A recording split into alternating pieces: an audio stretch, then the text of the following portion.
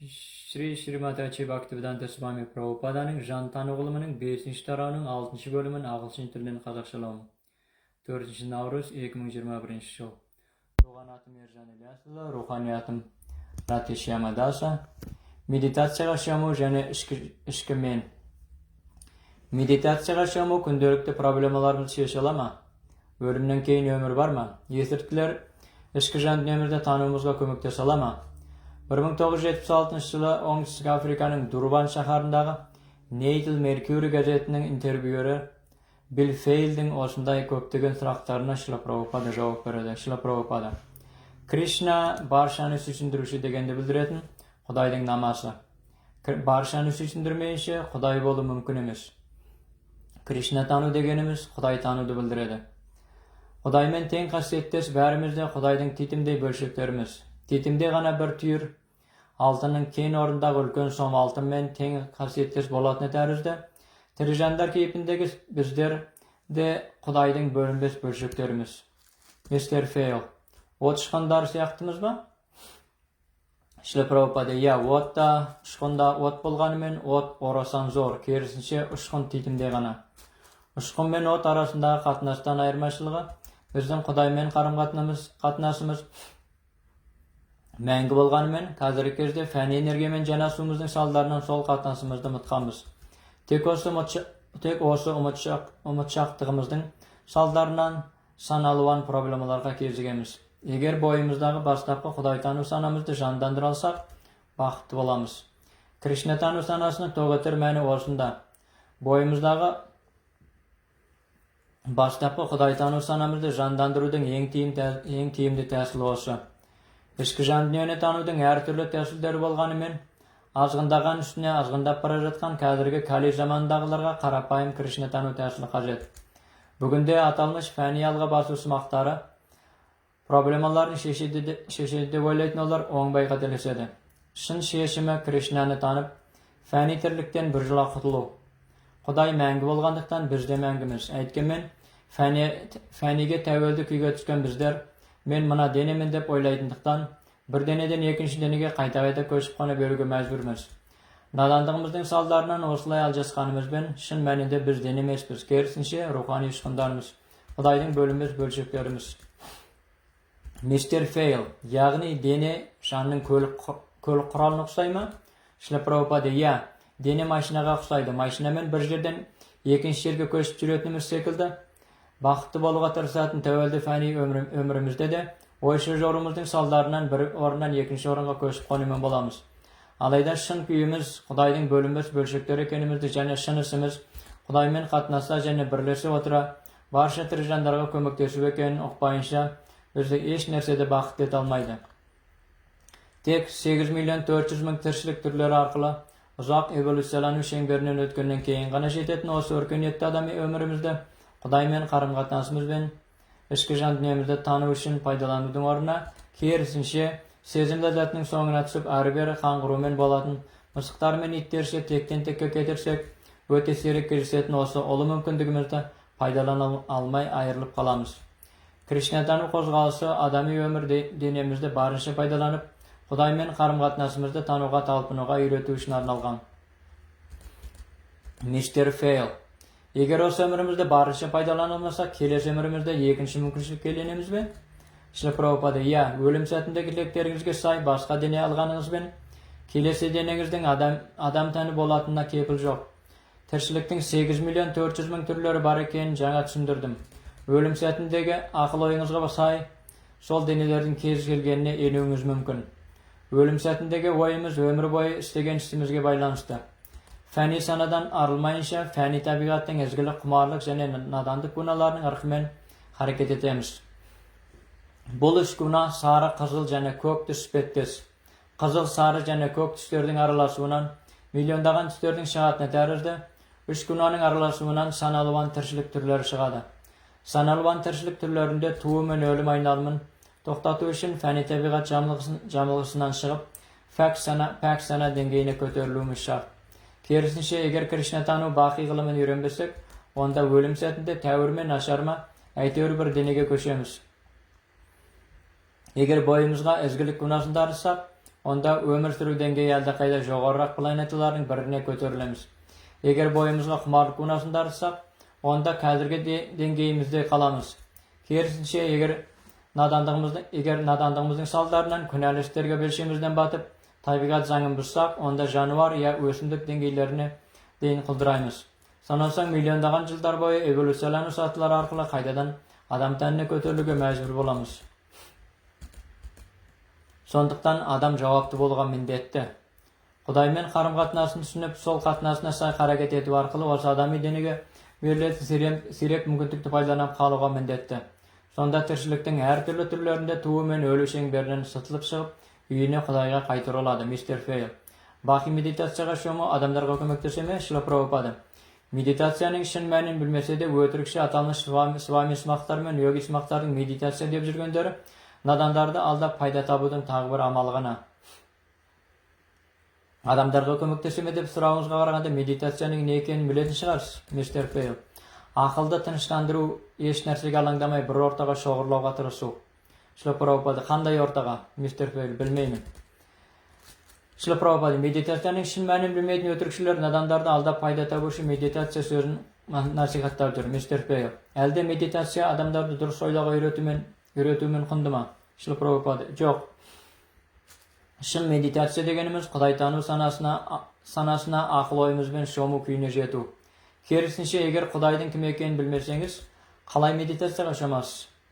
Оның үстіне осы заман адамдарының тыныштығы сонша ақылдарын шоғырлай алмайды. Қорылдап отырып ұйықтайтын аталмыш медитация сымақтарын өз көзімен көрген едім. Өкінішке орай Құдайтану немесе жантану дегенді желеу етіп, Веда білімінің беделді кітаптарына сүйенбей өз медитацияларын ойлап шығарушы көптеген өтірікшілер қара халықты қанаудың тағы бір амалын пайдалануда. Мистер Фейл. Успенский, Гуржиев сынды ұстаздарға қалай қарайсыз? Кезінде оларды батысқа сіздікіне ұқсас ілім әкелген еді. Шила Прабхупада. Олардың ілімдерінің Веда стандартына сәйкес келетін келмейтін анықтау үшін егжей-тегжей зерттеп білуіміз керек. Медицина мен басқа да ғылым салалары секілді Құдайтану ілімі де ғылым. Басқа баяндаушылар түсіндірсе де Құдайтану ілімі өзгермей қаз-қалпында қалуға тиіс.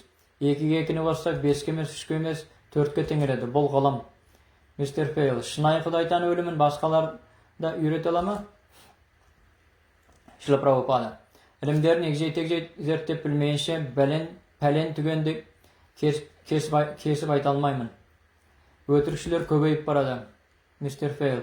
Ақша үшін істейді. Шила Прабхупада. Ақша үшін істейтін өтірікшілер Веда стандартын ұстанбайтындықтан біз Бхагавад-гитаға өзімізше түсінік бермей қаз-қалпында ұсынамыз. Веда стандарты деген осы. Мистер Фейл. Егер өзіңізше бойамаласаңыз, еріксіз өзгереді. Шила Прабхупада. Жаңадан шықпаған өте ежелгі Кришнатану стандартын өзгертуге болмайды. Өзгертуге тырысқан сәтіңізде күшінен айырылады. Бұл электр станциясы секілді. Егер электр энергиясын өндіргіңіз келсе, теріс полюс пен оң полюс схемаларын дұрыс жалғап, стандарт ережелерінің бәрін ұстануға міндетсіз. Генераторды қалай болса солай құра салсаңыз, электр энергиясын өндіре алмайтыныңыз секілді. Егер Кришнатану философиясын шын беделдердің көмегімен түсінуге көмектесетін стандарт ережелерін ұстансақ, іс жүзінде әсер етеді. Өкінішке орай, бүгінгілердің қатерлі дерттерінің бірі әркім ойына келгенін істегісі келеді. Стандарт ережелерін ұстанғылары келмейтіндіктен, рухани жағынан да, фәни жағынан да, екі жағынан да бәрі бірдей сәтсіздікке ұшырауда. Мистер Фейл. Кришнатану қозғалысы өсіп келе ме? Шила Прабхупада. Өте шапшаң өсіп келеді. Кітаптарымызды мыңдап сатып жүргенімізді білгеніңізде қайран қаласыз. Бұрын соңды болып көрмеген 50-ге жуық кітаптарымызды көптеген кітапханашылар мен профессорлар өте жоғары бағалауда. Кітаптарымыз әлемге жаңа үлес қосуда. Мистер Фейл. Шашты тықырлап алу мен қызғылт сары шафран түсті киім кию Кришнатану нышан іспетті. Жаниялы өмірге байланған қарапайым адам Кришнатанусымен айналыса ала ма? Шила Прабхупада. Әскери киім киген әскери қызметшінің күшейіп, әскери екен сезінетін секілді, қызғылт сары шафран түсті киіммен шашты тақырлап алуымыз маңызды болмаса да жағымды ойға бейімдейді. Бұл әскери қызметшінің әскери киімсіз соғыса алмайтынын білдіре ме? Жоқ. Дәл осылай кез келген жағдайда жанданатын Құдайтану ісінде еш кедергі тоқтата алмаса да, әлде бір сыртқы нәрселер септігін тигізеді. Сондықтан былайша өмір сүр, былайша киін, былайша тамақтан деген секілді септігін тигізетін кеңестер береміз. Кришна тануысымен айналысуға жағымды ойға бейімдегенімен, мұндай сыртқы нәрселер маңызды емес, мистер Фейл. Үйреншікті күнделікті өмірімізде де Құдай Кришна тану студенті бола аламыз ба? Шила Прабхупада, иә. Мистер Фейл, есірткілер Құдайды тануға көмектесе ала ма? Шила Прабхупада, егер есірткілер Құдайды тануға көмектессе, онда есірткілердің Құдайдан да құдіретті болғаны ма? Мұнымен келісе аламыз ба? Фәни химикаттар болып табылатын есірткілер бүтіндей рухани Құдайды тануға көмектесе ала ма? Бұл мүмкін емес. Естен айры белдіртетін есірткілерге илігу мастану Құдай тану емес, мистер Фейл. Ежелгі ұлы мистиктер әлгенде өзіңіз ескерткен рухани шықынды шынымен көрген бе? Шила Прабхупада, мистик дегеніңіз нені білдіреді, мистер Фейл? Хақты өзге өлшемде танушыларды мистиктер дейді. Шила Прабхупада, біз мистик сөзін қолданбаймыз. Біздің хақиқатымыз рухани деңгейге көтерілген кезімізде келетін Құдай тану. Өмірге тәни түсінікпен қарауымызды қоймайынша, біз сезім ләззатын ғана сезінеміз, себебі денеміз сезімдерден жасалған. Керісінше тәни деңгейден көтеріліп ақылымызды сезім қарекетінің орталық екенін аңғарсақ, біз ақылымызды ішкі жан дүниемізді танудың соңғы сатысы ретінде қабылдаймыз. Бұл ақыл деңгейі. Ақыл деңгейінен зерделі интеллект деңгейіне, ал зерделі интеллекті деңгейінен бақи деңгейге көтерілеміз. Ақыр соңында тіпті бақи деңгейден де көтеріліп, пісіп жетілген рухани деңгейге көтерілеміз. Рухани деңгейге келеміз. Құдайтану сатылар осылар. Алайда ағыздаған үшін азғындай түсетін осы кали заманының күнәһарлары үшін шастралар Құдайдың киелі намаларын Харе Кришна, Кришна Кришна, Харе Харе, Харе Рама, Рама Рама, Харе Харені әндету арқылы рухани деңгейге тікелей көтерілуге көмектесетін ерекше кеңес береді. Егер Харе Кришнаны рухани деңгейде әндетсек, ішкі жан дүниемізді лезде танып, Құдай тану жолында жедел жетістікке жетеміз. Мистер Фейл, бүгінде көпшілігі хақиқатты сыртқы сезімдер әлемінен емес, керісінше ішкі жан дүниемізден іздеуіміз шарт дейді. Шила Прабхупада. Ішкі жан дүниеге үңілу дегеніміз, өзіңіздің рухани жан екеніңізді білуіңізді білдіреді. Денемес жан екеніңізді түсінбейінше ішкі жан дүниеңізге үңіле алмайсыз. Алдымен біз мен мына денемін бе, жоқ әлде осы дене ішіндегі бірдеңемін бе деп сұрастырып, ішкі жан дүниемізді зерттеуге тиіспіз. Өкінішке орай бұл тақырыпты мектеп, колледж, университет сияқты оқу орындарының ешбірінде де оқытпайды. Барлығы мен денемін деп ойлайды. Мысалы, осы елдегілер мен оңтүстік Африкамын, аналар индиандар, аналар гректер, тағы сол сияқтылар деп ойлайды. Іс жүзінде бүкіл әлем өмірге тәни түсінікпен қарайды. Осы тәни түсініктен көтерілгенше Кришна тану басталады. Мистер Фейл, сонда алдымен рухани шықынды мойындау шарт па? Шила Прабхупада, иә, дененің ішінде рухани жанның тіршілік ететін мойындау бірінші қадам. Осы қарапайым фактіні түсінбейінше рухани өсу мүмкін емес. Мистер Фейл, интеллектімізбен зерделей түсінсек жеткілікті дегеніңіз бе? Шила Прабхупада, иә, алғашында солай. Білім теориялық сөз жүзінде және практикалық іс жүзінде болып екіге бөлінеді.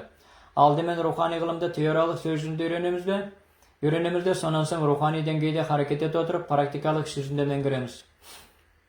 Өкінішке орай, бүгінде әркім дерлік өмірге тәни түсінікпен қарау түнегіне қамалғандықтан, өркениетті адамдарды түнектен алып шығатын Кришна тану қозғалысымыз өте маңызды. Итпін, мысықпын, сиырмын деп жануарлар шолайтын өмірге тәни түсінікпен қарауларын қоймайынша, адамдардың жануарлардан еш артықшылығы жоқ. Жанынан біреу өтіп бара жатса, мені бұл жерге күзетші ит